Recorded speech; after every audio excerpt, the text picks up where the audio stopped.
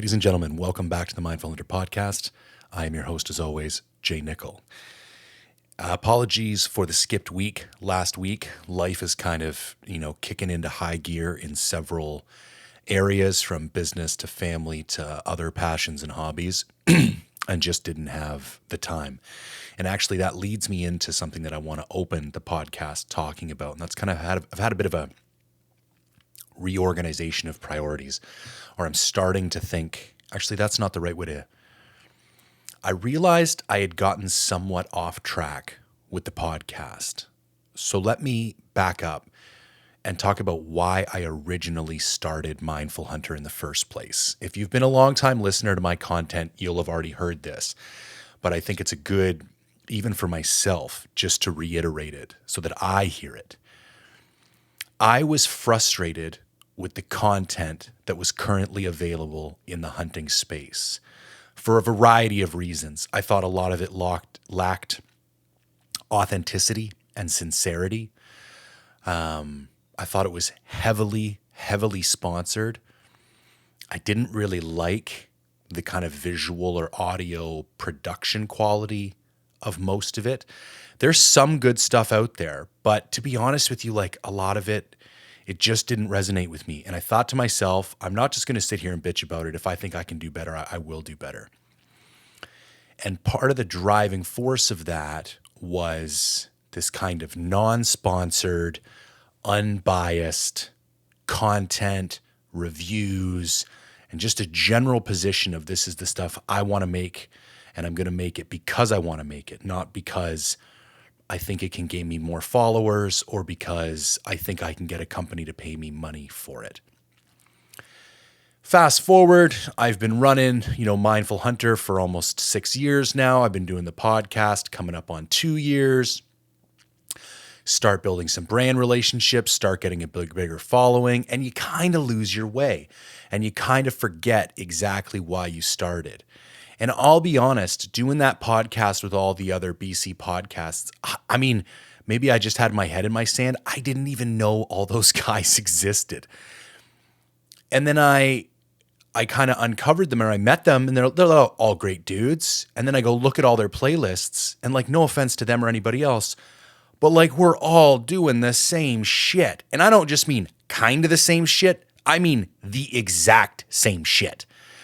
Like, you go down people's playlists, and 80% of the interviews over the last 4 or 5 months are people that literally appear on 7 or 8 different podcasts over that time period. Sorry, it's the beginning of the day here, and I'm going to be drinking coffee, and I hate the sound of like slurping coffee, so you're going to hear little silences every now and then. I'm too lazy to go back in and edit all these out, but if you're wondering what the little blank spots are, that's me leaning away to drink coffee so I don't slurp coffee in your ear like a fucking douchebag.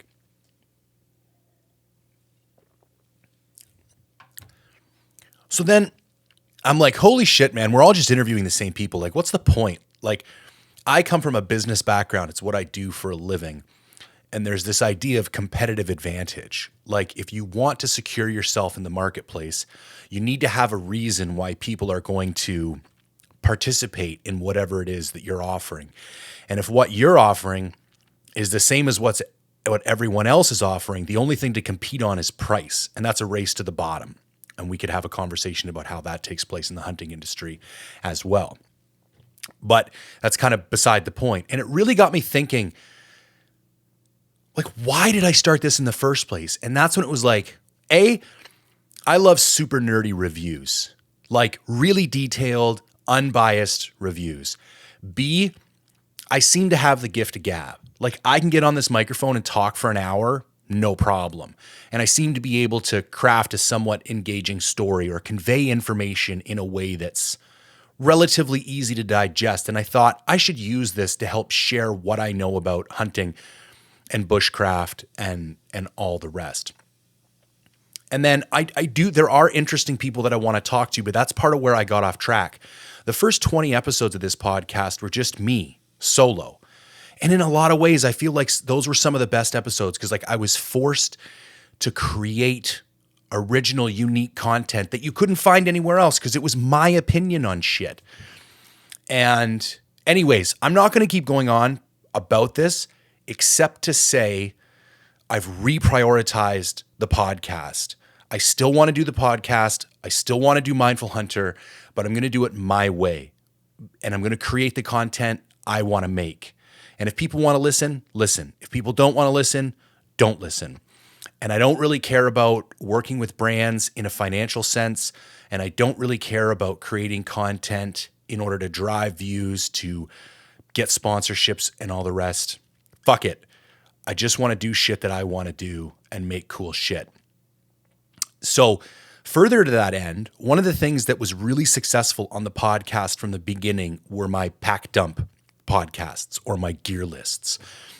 And I've got a sheep hunt coming up and I'm like, okay, perfect. We're going to go balls deep into this gear list. And then the second thing was my nerdy reviews. And so if you follow me on my Instagram, you realize I've recently bought 5 packs and then I already owned my Kafaru and I'm doing a 6-bag backpack review of expedition packs from Kafaru, Kuyu, Exo, Stone Glacier, Initial Ascent, and Mystery Ranch. And I bought every single one of these bags cash out of my own pocket. So far, I've spent over $5,000 on these bags. I do plan to sell them used afterwards, so I'll be able to recoup most of the money. But no one paid me anything for this. I don't got to kiss anybody's ass for this. I can say whatever I want. I've already found stuff with some of the more popular bags that it's like needs to be discussed because it's not like it should be of higher quality, some of these things. And I'm going to get into it and really drive down. So far, I've got 35 different categories I'm going to be comparing all the bags across. I've developed several objective testing mechanisms that I'm going to use for the various elements of lateral stability and weight comfort and all that kind of stuff so that it's going to be a really technical, really objective review as much as possible and not just me wearing a bag and saying, oh, this is my favorite one. Or like, I'm not going to name names, but like the guys who are clearly sponsored by Crispy saying these Crispy boots are the best. And it's like, I'm sorry, but you're full of shit. They are writing you a check. And if somebody's writing you a check, I do not trust what you have to say. Bottom line. So that's going to happen. This is going to happen.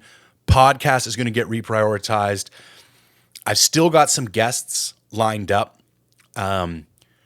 Nick, who does the filming for BC Backcountry and Beyond, has agreed to come on. And here's a perfect example of me doing what I want to do. I watch this guy's films and I'm inspired. Like as a filmmaker, I'm like, holy shit, man. This dude is knocking it out of the park. He's not a big name in the industry. He doesn't have a huge social media following.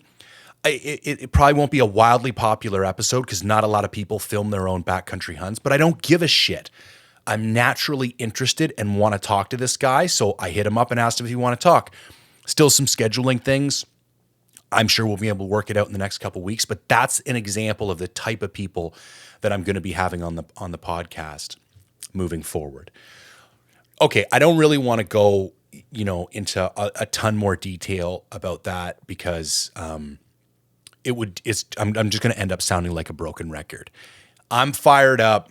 I'm glad I got my head screwed back on straight. Let's move on. I'm not going to talk about bodybuilding this week. I have lots of updates. Tons of things have been changing. Having a ton of fun. Crazy stuff going on with like supplements and diet and weight. But I only have an hour to record this before my first business meeting of the day. So I'm limited in time already. So we'll save the big bodybuilding update for next week.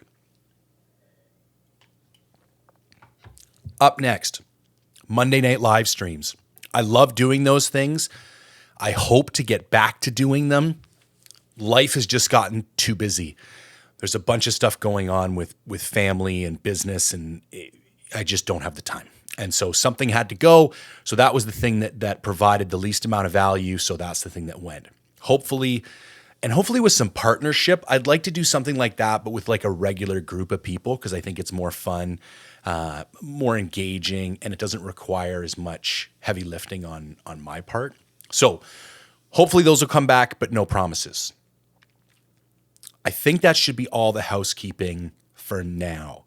For those of you that engage with me on a regular basis, on the different social media platforms, I deeply appreciate it. I think that's the most rewarding thing so far that I've gotten out of this podcast is kind of the relationships and the sense of community. One more thing. Haters. This was the other thing that kind of sent me through the loop. So there's like legitimate meme pages now that seem to be almost solely dedicated to saying like rude shit about me. Which is kind of flattering on one hand, because it's like, I don't even really do that much. You know what I mean? Like I do a couple hunt films. I got a YouTube channel and I do a little podcast. I'm not full of myself. I'm not a douchebag. I just like making content. So I make content, and I know I stay in my lane. I don't open my mouth about things that I'm not experienced with. And I find it kind of comical, the level of intimacy these guys have with the content that I make. They got to be some of my biggest fans. Like they must have watched like tens of hours of my shit in order to know what they know about me to go about making these memes. So the only thing I got to say is well done, lads. Have at her, keep it up. Doesn't bother me in the slightest. You know what I mean? Like if that's how you want to waste your time, have at her. Personally, I'm too busy doing shit, making things and having adventures to really give a fuck about what anybody else does. But it did set me back a little bit at first because I was like, really? Like that's what somebody wants to spend their time doing? And then I realized it's just a personality thing. Like some people enjoy saying negative shit about other people in order to either get a rise out of them or, get likes and laughs from the community. I'm not somebody who follows any of those like hunting douche pages, or I don't let any negativity in my social media feeds at all, because personally, I find it drags me down. Whether I agree with somebody's opinions or not, and whether I agree with how they execute what their vision is, it doesn't really play into my life or my worldview. If I come across people who are doing things that I don't agree with, I simply remove them from my feed. I find that's a more successful way. It takes less of my time and less of my energy. I am far too dedicated and focused on achieving what I've got set out in front of me to have any extra time and energy to worry about what other people are doing, except in a positive way.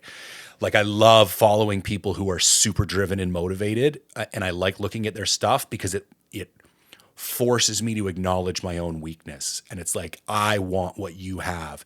What are you doing to get it? I want to raise my level of output to your level of output so I can get on your level. And I use that as a form of motivation, not as a form of like derogatory comment or insinuation or any other form of negativity. So, final note on that, have at her, lads. Couldn't really give a shit. It's a little bit sad that that's how you spend your free time, but what the fuck do I care? All right. Now, I opened this up for a Q&A about a week and a half ago, and I got slaughtered with questions. Super good questions. So what we're going to do is I'm going to run through the gear list and kind of quickly, and then I'm going to go through the Q&A because I think we might get more insight from looking at the different elements that were like of interest to certain individuals, as opposed to me like painstakingly explaining every single piece of gear I'm bringing.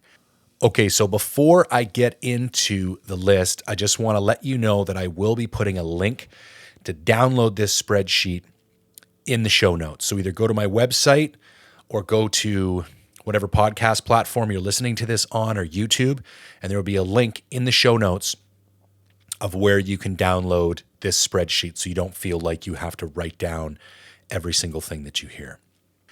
All right, so first things first, we're going to start with my backpack. Now, in here as a placeholder is my Kafaru Fulcrum on a duplex light frame. That is up for debate. I've already tried on a couple of the packs, and so far 2 of the packs just initially fit me in a way that it's like, this is interesting. I might actually switch something up here. However, I haven't done enough research yet. But the nice thing about this is you can count on this backpack review being complete by mid-July because I want to have these things fully tested so that I can make up my mind about what bag I'm going to bring. I typically don't bring a rain cover. I bring this small pocket tarp from Z-Packs because then I can use it to catch rain and as a rain cover. So that's just a little point of interest. Up next for my shelter, I'll be taking the Hilleberg Niac, my favorite 3-season tent by a landslide. Side note, I may be doing a similar tent review to the backpack review if there's enough interest. So if there's a particular tent that you're curious about, I just got to define the parameters. Probably solo 3-season shelters is where I'll focus because that's like covers the widest range of territory and it's a great place to buy your first shelter. Sleeping pad, Big Agnes Q-Core SLX. Sleeping bag, I'm taking my Enlightened Equipment Enigma quilt.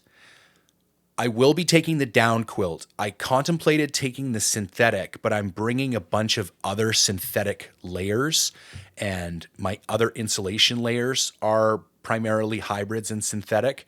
So I think I'm going to save my weight with my sleeping bag. That's still kind of up for debate. Pillow, Sea to Summit Eros Premium Deluxe Pillow. Love it.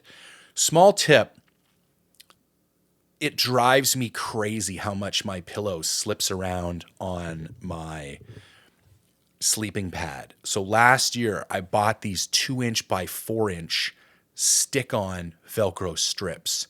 And what I'm doing this year is I'm putting 4 of them on the back of the pillow and 4 of them on my sleeping pad. And that way I can Velcro my pillow to my sleeping pad. Super excited about that. And then finally, I'm bringing a 7-foot by 9-foot Dyneema tarp from Z-Packs that weighs in at 5 ounces. And this will be my emergency bivvy shelter, or I can set it up as a large vestibule on the Niac. That's really the only drawback to the Niac is that there's no vestibule.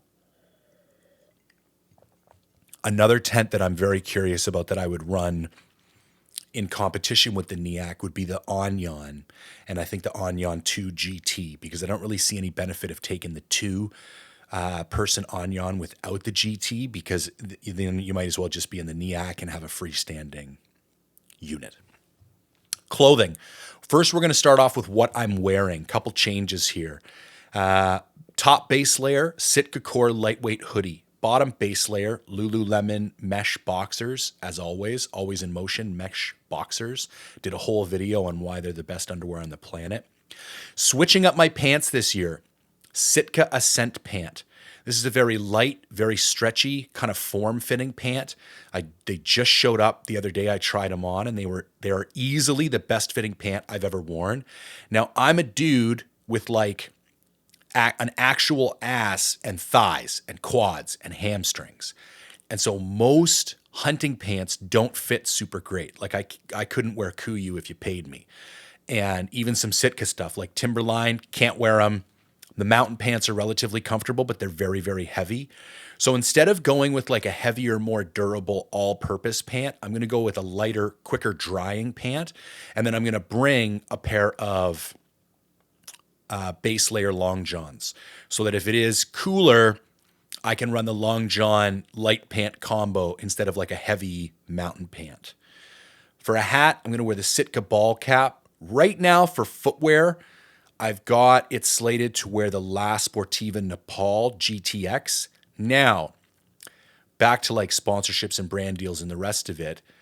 Schnee's was good enough to send me some free boots. Now, this is how brand deals should work. Schnee's is a company that I've worn for over 5 years.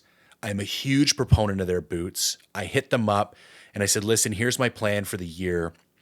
These are the boots of yours I'm going to buy. I'm going to be doing reviews on them anyways. If you guys think it would be beneficial to work together, I don't want any money, but if you want to send me some free boots, that would certainly help the cause. And they were happy to do that. Unfortunately, they didn't have the granites in stock. So I will be running their, it's not the Timberline. Is it the, hang on, give me 1 second.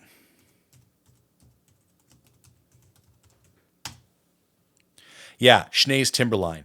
For my training this year, I will be wearing the Schnee's Timberlines. For my caribou hunt, I'll be wearing the Schnee's Beartooths. And potentially for the sheep hunt, I'll be wearing the Schnee's Granites, but only if they get ones back in stock.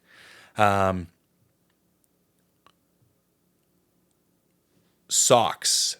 Darn tough over the calf light socks. Belt. You know, I've gone on and on about this belt at length. It's called the Arcade Stretchy Belt, and it fits phenomenally well. And I am not a fan of nylon webbing belts. I like belts that stretch for a couple reasons. One, I find more firm, thick belts have a tendency to dig into my hips. And I also find as I dehydrate throughout the day, I have to keep tightening the belt down and down and down. Whereas a belt that has some stretch to it, I can kind of give it one good cinch in the morning and it just stays where it's supposed to. Trekking poles, Black Diamond Trail Ergo Corks. Been running them for multiple years, same pair. The previous generations had shitty locking mechanisms, and I went through 2 sets that they had to warranty replace. They finally just sent me the new generation of poles 2 years ago. Love these things, and I've beat the shit out of them to the point where I was falling in the snow on a goat hunt, putting these 2 poles horizontally across the snow, putting my hands in the middle of the poles at the weakest point, and forcing my entire body up and out of the snow, and these things did not break. So can't say enough, really like these poles. For gaiters, I will be wearing the Outdoor Research Crocs. Another little bit of foreshadowing coming up soon will be a gator showdown. These new Stone Glacier gaiters are looking very, very impressive, and I want to run them in competition with the Outdoor Research Crocs. That reminds me, I should go look at this right now.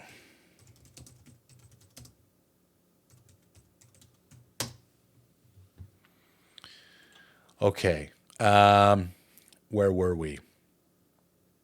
Clothing packed. Hang on. Need a sip of coffee.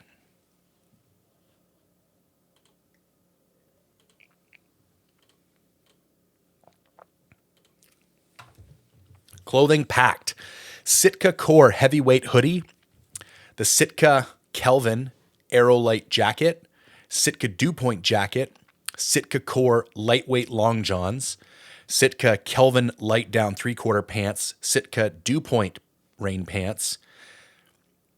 You're going to notice a ton of Sitka here. As everybody's well aware, yes, Sitka sends me free stuff. We do not have a financial relationship, and they do not ask for editorial control over anything I say about their gear. Literally just send a text message and say, hey, would you mind sending this over? And they do. So it does not stop me from reviewing and wearing other material. So does not influence my own individual bias. After trying a whole bunch of stuff, to be honest, it was the best. Now, I do think there's individual pieces from other company that are superior. I don't really like the Sitka Gators. I've done a discussion on those and why I think the Outdoor Research ones are superior. For example, gloves, Sitka Stormfront with the liners, and I'll probably bring a very thin pair of merino liners as well. I will also bring the Sitka Jetstream beanie and the boonie hat, which is like a sun hat, which is great if you're stuck on top of the mountain glassing all day. Optics. Now, this is somewhat up in the air because I'm still waiting to get my Zeiss Harpia back from warranty repair, which has been an absolute nightmare that I'll give an update on a later podcast about that, but I still don't have it back.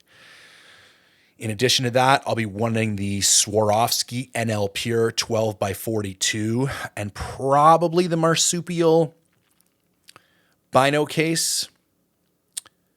Maybe the Alaskan Guide Creations. I don't know yet. I got to decide. I'll be running a Leupold RX 1200 TPR rangefinder. Got some lens wipes in there for tripod. Outdoorsman's compact medium with the extension with a pan head. And I can do a whole thing on tripods later in the year if you guys are interested. Be using the phone scope case and adapter.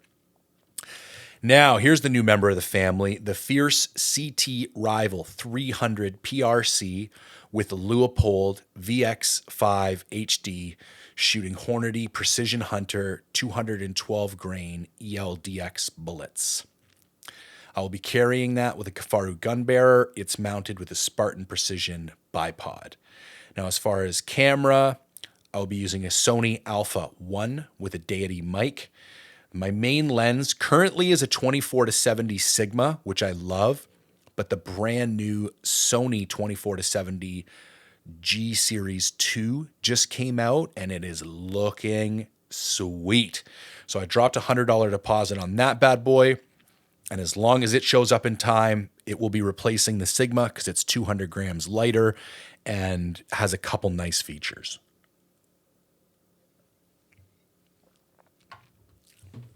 Secondary lens will be a 14 millimeter f1.4 G Master. I'll be bringing 2 GoPro Hero 9s.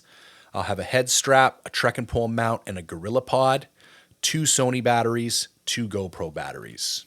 Okay, some miscellaneous gear. Glassing pad, Thermarest Z-Lite. It's like a sleeping pad that I just cut. I bring 3/4 of it, and I leave the other quarter at home. Lip balm, smoke in a bottle.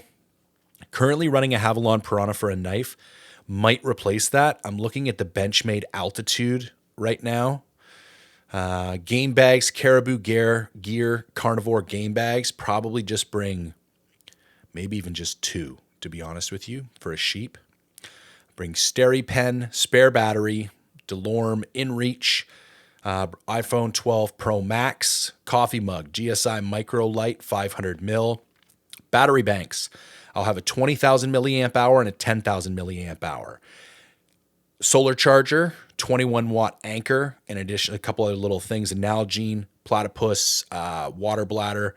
It's actually a Hydroforce water bladder. It's much nicer than the platypus ones. And a Coke bottle full of salt for the hide. Now, one note that I'll get into later, but I want to highlight it here because I don't want you thinking around I'm walking around with a 20,000 milliamp hour and a 10,000 milliamp hour in my backpack. For my sheep hunt, I probably should have prefaced this at the beginning. I'm going to be getting dropped off at a lake solo. I will be creating some kind of base camp there. And then I will be doing, anywhere from 2 to 7 day kind of bivvies out from that base camp. And the base camp, once I leave, is really going to be nothing but like a couple dry bags hung up in a tree. But what it means is I can take some stuff for the full 15 days and I don't need to have it on my back at all times. So I can do things like leave half my batteries and half my food. And real big learning lesson from last year, I was 91 pound pack by the time I had 13 days worth of gear and camera equipment on my back. And listen, I'm a savage. I got it done, but probably one of the reasons why I have a torn meniscus right now. That's probably another thing I should get into. I don't know how much I've talked about that torn meniscus. I can give you an update on that later as well. Apologies for the digression, but I think that's the other thing is I'm going to be bringing an alpaca raft with me, and it will be staying at the lake. But I have several, like 3 or 4 egress points from the lake that I want to head up into the mountains from. And I guess you're egressing the lake, but you're ingressing to the mountains from the lake. Not really sure how to conjugate that sentence. And so instead of having to walk all the way around the lake each time, what I'm going to do is have a pack raft with me and paddle across the lake, go into the area I'm interested, come back down to my raft, paddle back to the main camp, rinse and repeat. For my cook kit, I will be bringing a Jetboil Mini Mo with probably 4 100-gram containers, 2 in my backpack, 2 at base camp, Sea to Summit titanium spoon, and 3 small Bic lighters. For headlamps, main headlamp is a Black Diamond Revolt 350, and the backup headlamp is the older generation Black Diamond Revolt. Both of these are USB chargeable end take AAA batteries, first aid and repair kit, toilet paper, and Ziploc bags and wipes. Okay, for food, also remember, you can go to my website and go to the tools page, and you can download a Backcountry nutrition planning PDF that I created with sample meal plans and a bunch of information about how different energy systems work and why you should eat certain types of foods at certain times of day, what macronutrients are important, what micronutrients are important, what electrolytes are important, how to prepare for all that stuff. Free download, just got to give me your email. So for food, breakfast will be like granola and protein, probably just buy the Peak Refuel Mountain Berry breakfasts. Coffee, Starbucks Via as always, because Black Rifle Coffee doesn't seem to be able to pull their head out of their ass and offer instant coffee to Canadians. So if you're not going to put instant coffee on your Canadian site, I'm not going to give you my money. Support us and I'll support you. Mid-morning snack, trail mix, breakfast, lunch, green belly meal, and then for further snacks, macadamia nuts, a protein shake, protein bar, Peak Refuel for dinner, MCT oil in my dinner for some added fats. I'll bring a half a sausage per day. These crazy bacon sausages that I get from this deli near my house, super calorically dense food item. I'll bring 2 different kinds of electrolyte mix. I'll have a powdered Hydrate and Recover from Wilderness Athlete, and then I'll have a liquid Mio. And then I bring these little packs that I make up at home that have greens, fiber, fish oil, and vitamins in them. And I have one of those for each day. Now, the weight's a little bit off with all this stuff. That where it's sitting right now is 87 pounds, everything that I just listed. But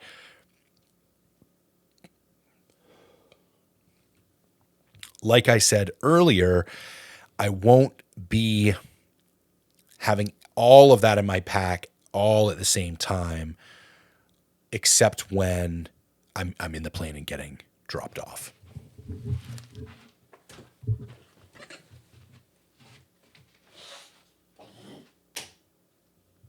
Okay, now that we are done with the fire hose full of information that list was, let's jump into the actual Q&A.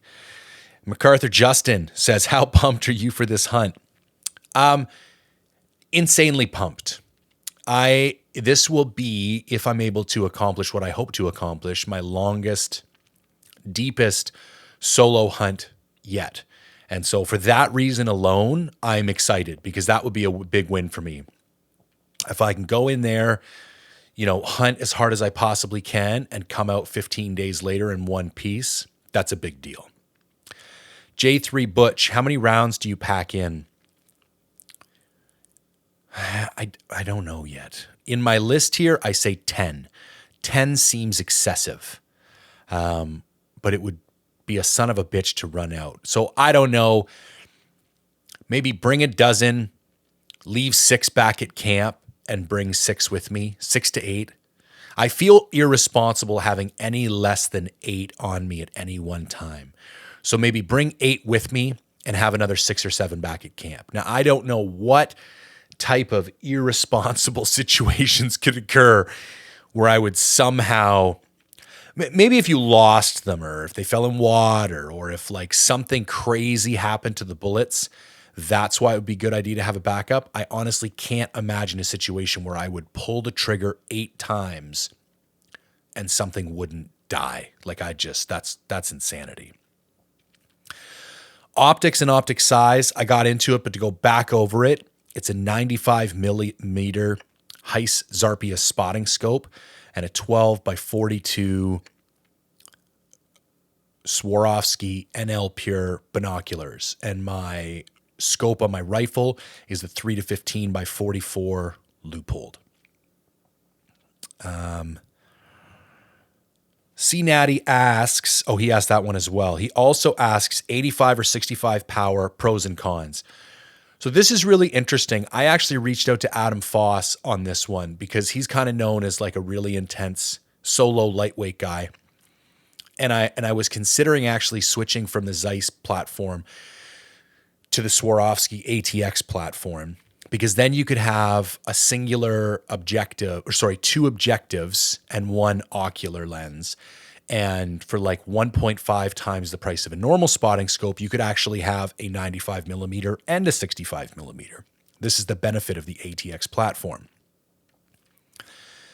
And what Adam said to me is the only time I recommend the 65 is when people can't afford the big glass. He said, if you have a 95, bring a 95.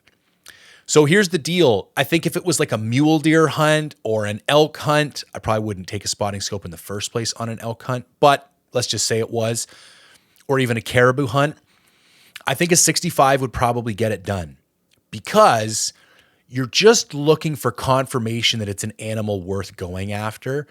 Sheep is such a different story. Like, everything hinges upon the tiniest little bits of information. And I'm not an expert in any way, shape, or form.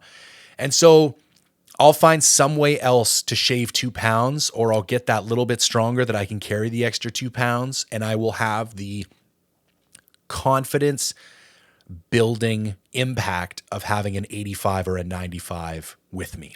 That's my philosophy. My buddy Bob asks, ptarmigan, do you ever harvest on a sheep hunt, and method for cooking? I haven't personally. I have on a moose hunt, and I've done all kinds of things. You can cook it just like a chicken. I think it would be more appropriate on an archery hunt, to be honest with you. I'm not going to shoot a ptarmigan with a 300 PRC. I've seen people take subsonic 22s on backcountry hunts, especially like fly in, more like camp style hunts. And again, archery tackle or even a slingshot, I think you could probably kill a ptarmigan with, or a grouse. So yeah, and I'd probably just like barbecue it up, to be honest with you, like grill it up. My buddy, big old lander, would you consider a Stone Glacier or Mystery Ranch pack, or are you Kafaru Nation 100%? Well, Jeff, funny you should ask that question, because I've recently decided to do a very intense backpack review, and based on my findings, I will be deciding which pack I'm going to run this year. My friend Chelsea asks, how many pairs of socks do you bring on a hunt? The answer is 2. 2 pairs of socks, 2 pairs of underwear. No extra pants, no extra shirts.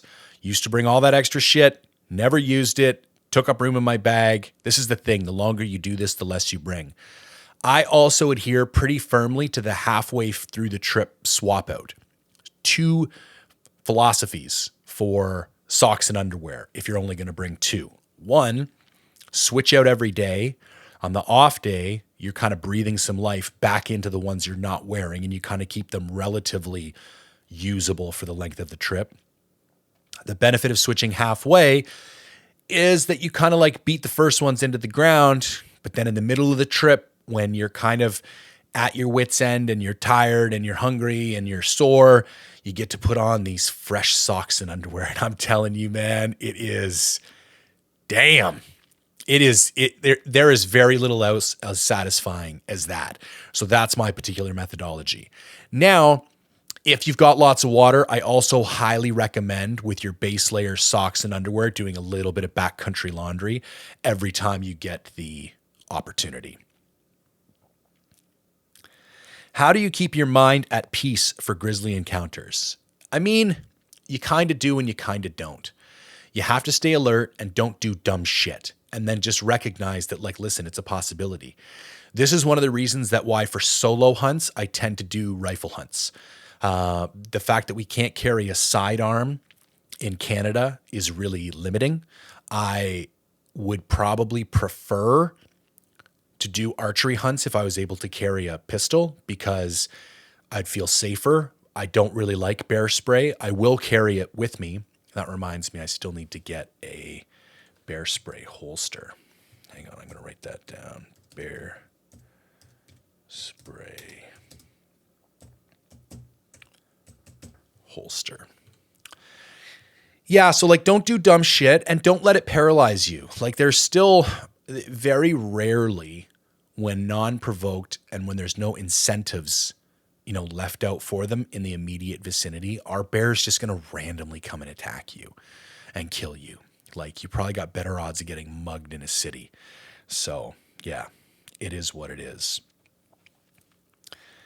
My buddy Ricky, outdoorsman Swaro binocular pin, yay or nay? Hardcore yay. So this is one of the reasons why I'm like I'm an advocate of the entire outdoorsman system. I don't like the big plates with the rubber bands. I think they're a lot of extra weight for no reason. And most other binocular mounting systems are kind of subpar. But the outdoorsman system with the pin and all that kind of stuff, they installed the pin on my NL Pures. They cover it for warranty purposes and all the rest. They're awesome guys down there. For my money, that's the best binocular mounting system there is. And then I can keep everything the same.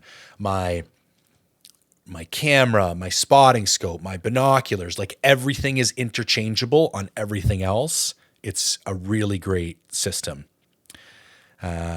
Derek says, what is one comfort item that you bring on a sheep hunt that you might not bring on others? There's a couple comfort items I have, but I bring them on all my hunts. One of them is my coffee mug.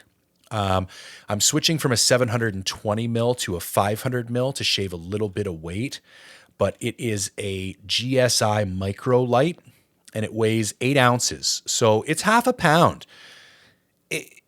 And you could say that it's a wasted half a pound and that I could drink out of the coffee out of the jet boil and all the rest of it. But for me, it adds this sense of like calmness to my mornings. And it seems silly, but without a coffee mug, you have to do one thing at a time. Like, I have to either boil my water and then put it in my pack, put it in my breakfast, and then put my coffee in my jet boil, and then I can't leave until all my coffee's done. And then if I decide I wanted to do something else, I can't use the jet boil until the coffee's empty. And it makes everything, it takes away a lot of freedom. But when you have a coffee mug, the first thing I do is I wake up, I put 2 Starbucks Via in there, I fill it up to the brim, and I close the lid.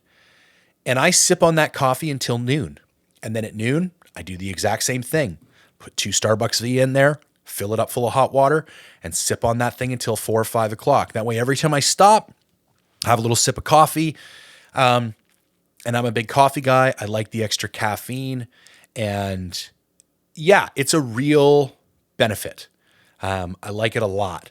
I would say the other luxury item I bring is actually making sure I have enough batteries so that I can listen to some podcasts at night and maybe even watch the odd TV show or movie on my phone.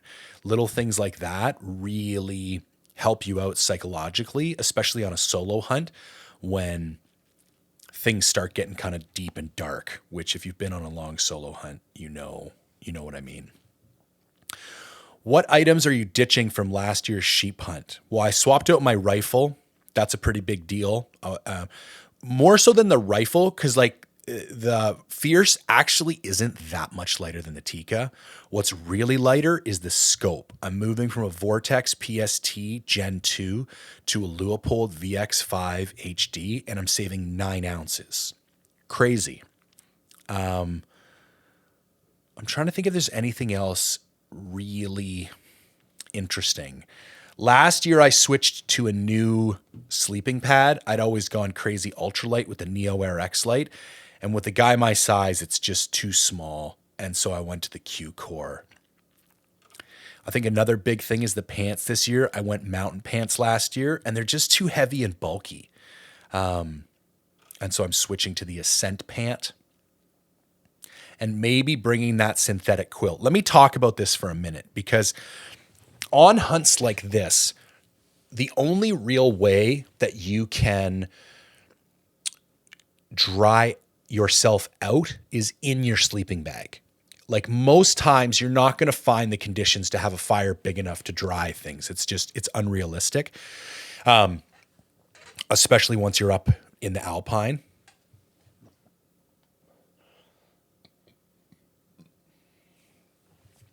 And so what you do is you wear all your clothes to bed. You zip yourself up in a sleeping bag, and when you wake up, you're dry. And in fact, what normally happens is you wake up around 2 or 3 in the morning and you're super dry. It's crazy. And you take off all your extra clothes, fold them up, stick them in a dry bag at the foot of your tent, and go back to sleep. Nice and cozy. It's the best. I love it. But synthetic bags are far superior to down bags for this. Down bags really, as soon as they start sucking in moisture, like they will keep you alive, don't get me wrong. But in order to actually dry out your gear, the amount of like heat and drying potential you need from your bag is just like more than you're going to get from a slightly damp down bag. It's just not going to happen. And I'm speaking from experience. And so the one thing, what I like about this synthetic quilt is that it's still pretty light. It's just not as small. But anyways, that's probably a decent list of things that I'm going to be swapping out. I'm also the big proponent, if you haven't used it in a few hunts, leave it at home. And I don't have the list off the top of my head, but I have a few things from my possibles pouch that have slowly gotten weeded out over time. And I didn't really dig into it in this podcast. You can go back and I have an actual possibles pouch podcast somewhere, and I talk about it and what's in there. Using any form of SAT communication. Yes. DeLorme InReach for texting. Supplements, electrolytes, sodium, and protein. What do you bring? So I bring a protein powder supplement. I do have salt pills, and my salt pills, this is the thing, they got to have sodium, potassium, and magnesium. Do not get the ones with just sodium or just sodium and potassium. You need all three. So I bring a specific salt pill that it's like a gel cap. It has all three of those. And on top of that, I bring the Wilderness Athlete, Hydrate and Recover, and the Mios. And I flavor all my water. I hate drinking straight water. And I put electrolytes in all of it to try and stay on top of my sodium intake. It's probably the thing that's hardest out there. And I get immediate cramps. Like if I ease up on the sodium at all out there, I start cramping up literally in a matter of hours, especially at my size, because I go through an insane amount of electrolytes.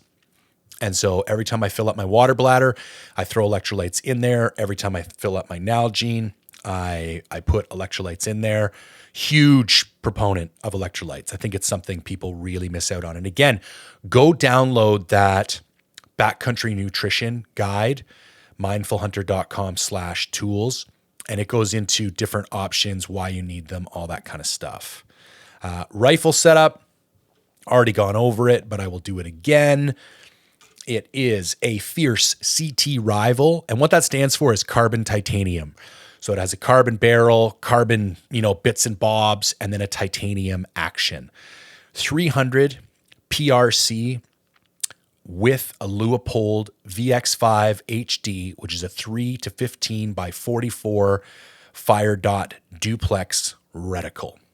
And I have Omer at Precision Optics set this whole package up for me, dialed it in with the chronograph, and then got custom turrets from that Coles, or they're in Alberta, made up for the rifle. So I can literally just dial turrets and pull a trigger. Evan asks, when looking into trekking poles, pros and cons, things to look for. This is real tough, man, because it's going to be independent to each person. And I'm a tall guy. I like the bigger name brands, and being in Canada, we only have a few at our disposal, and there's only a couple that you can actually put your hands on. So go by other people's recommendations and people that you trust, and by non-sponsored reviews. Black Diamond doesn't give me any money. I can tell you right now, the Black Diamond Trail Ergo corks are a lightweight. They might even be the Black Diamond Alpine Trail outdoor or Ergo corks. Very sturdy, very light, super happy with them. I've heard good things about a few other poles, but I don't have personal recommendations. So that's kind of the length that I can talk about. Not a sheep question, but Lucky Ronald asks, what's your favorite spring, early fall hunting pants? Can you also include one or two from a non-hunting brand? Okay. Yeah, I can do this for sure. Non-hunting brand, there is, hang on a second, because I literally just brought these up the other day.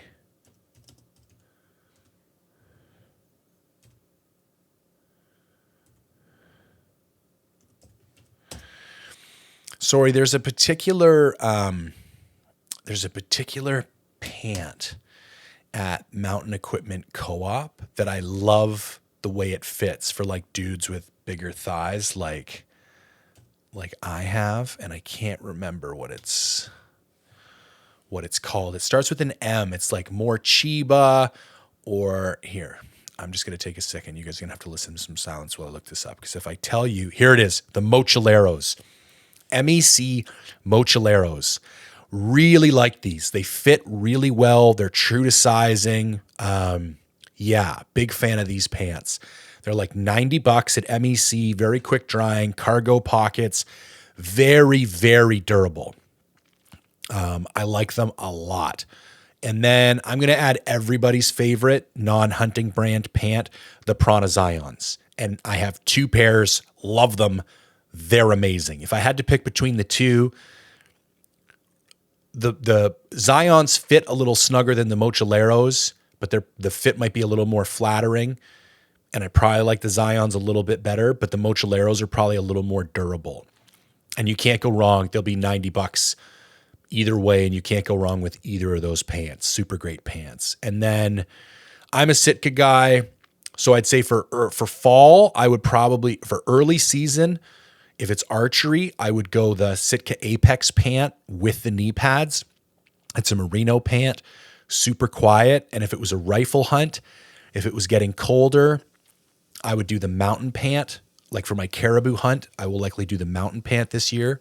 And if it was still warmer, I would go with the Ascent pant. And if you wanted what would be the best option if you were only going to have one pair? If you were only going to buy one pair, I'm probably going to go with the mountain pant. Now, the mountain pant's probably going to be overkill when it's hot, but I'd rather be a little overheated than be like cold and wet when it's rainy. Because if you tried to wear something like the Ascent pant later in the season, now here's the caveat. If you had something like the Dew Point rain pants, you could bring the Sitka Ascent pant, the Sitka Dew Point pant, and a pair of long johns. You'd still be in the neighborhood of what the mountain pants weigh, and you'd have a super versatile system, but you would have to stop and change things up, regularly. So yeah, I hope that clarifies it. It's really hard to talk about a perfect pair of pants because it doesn't really exist. Wow. Okay. See, these are the kind of I'm already fired up. Like that's the type of shit I like getting into, like really digging into the weeds and trying to share, what I've learned after doing this as long as I have. I still have lots to learn, and I learn even from you guys all the time. So as always, please engage with the platform. Like, comment, share, subscribe. Really helps out with the algorithm, helps grow the podcast, gets it out to more people. If there's anything you need help from or you want more clarification on, jay@mindfulhunter.com, or send me a DM on Instagram, mindful_hunter. And until next time, thanks for tuning in.